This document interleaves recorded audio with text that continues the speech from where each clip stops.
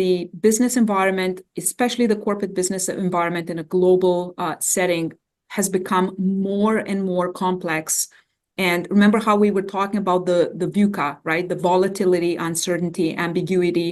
So in an environment like that, it's really become really challenging to take, applied solutions that worked for a previous scenario and just plug them in and fingers crossed they will work today. So what that is really is debuckle your mindset from that way of thinking and being more open-minded to finding different challenges. And therefore, you have, as a leader, you have the challenge to come up with solutions for those things, right? So have a greater flexibility for unfamiliar territory. And that may mean doing your market research differently, or taking, managing your risk differently, or doing scenario planning, or, doing different things because of the interdependencies and global factors. So that's really what invite the unexpected boils down to.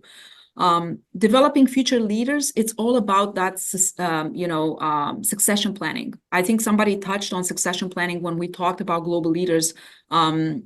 I think it was, we were talking about the Apple CEO, right? That, we liked the way that Apple had that succession planning all boiled and all planned out.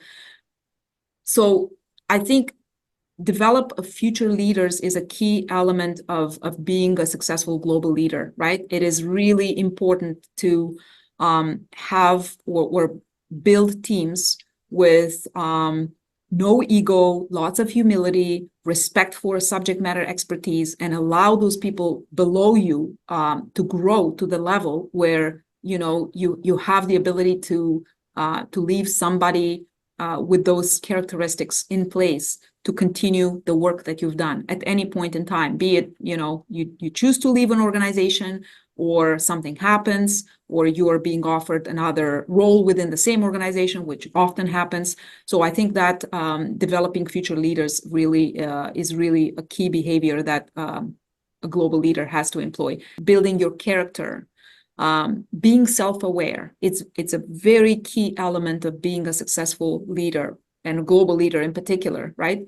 Have that self-awareness. So you can't just ride the wave, in la la land thinking everything is okay. You really have to come down to earth and understand where your strengths and capability and where your gaps are, and build for those gaps, right? Again, we talked about learning from diverse experiences. We talked about diversity a lot and how powerful having that diversity at the table is. Reflect and integrate, adapt and customize, and then evaluate and improve. And it could take, several reiterations of that, of, rinse and repeat a lot of times until you get to the point where you need to be. And then finally, when you feel like you've developed and you have everything that, in your opinion and in other people's opinions, you've developed into that correct or right leadership, persona, then celebrate and share. That's very important. It keeps the teams motivated. It keeps the vibes and the spirits up. There's nothing like work hard, but also take the time to celebrate and share.